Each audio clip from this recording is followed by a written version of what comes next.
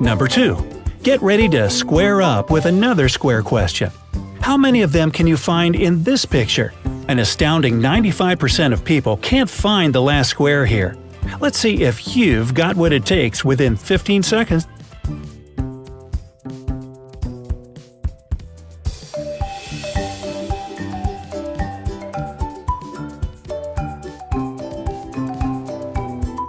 Come on, speed up. Time's ticking away. There are 11 squares in this image. Here's how you can find them.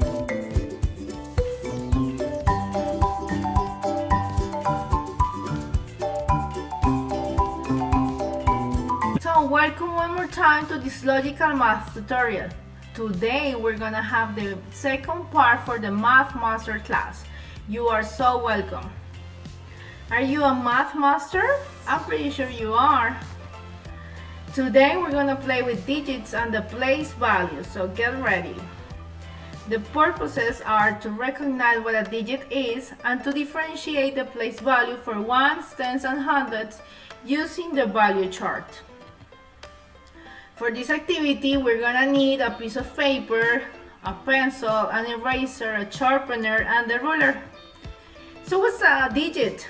It is a single symbol used to make a numeral. If you see, this is the numeral, and in this case we have a 3-digit number: 1, 2, and 3.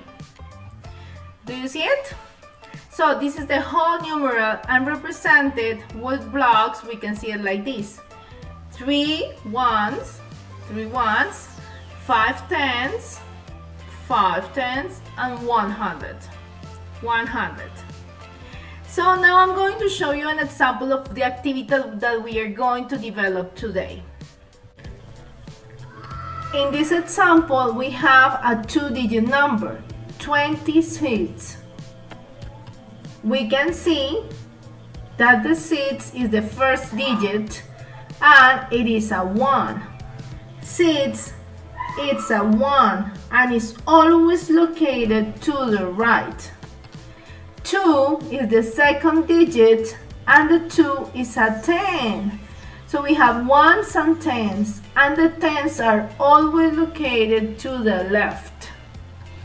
Let's see it in this place value chart. We're going to write the numbers in a standard form. Remember the value chart: ones always located to the right and tens always located to the left. So 26, how can we put 26 in the value chart? Well, we have 6 ones and we have 2 tens. Now we're gonna see again the number 26, but represented with quantities, with blocks. So we have the value chart again. So to the right we have the ones, to the left we have the tens. Let's put this number in here represented with blocks. So we said we have 6 ones. Now we see the quantity, 6, the number 6, represented with quantities with blocks. And now we see the number 2 tens, which is represented with 2 rows. So we have 26 in quantities, 26 in a standard form. So now it's time for you to practice. We have the number 35 and you're gonna find the value chart to represent it with blocks or rows and the value chart to represent it in a standard form. We have another exercise that is pretty similar, and then we're going to start another level. This is the hundreds, so we're gonna work with numbers with 3 digits. So in this case we have the example for 300. As you see, this is a 3-digit number: 1, 2, 3. In here, guys, we are going to use these blocks to represent 300.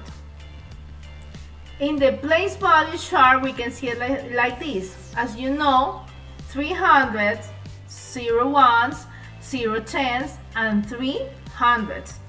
We're gonna see it like this in the value chart: 0 ones, 0 tens, and 300.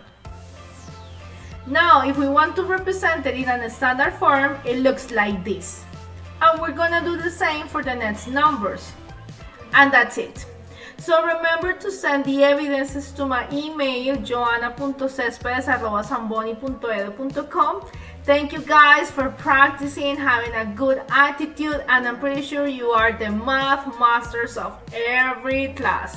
So I love you guys, I miss you, and I want to see you soon. Bye bye.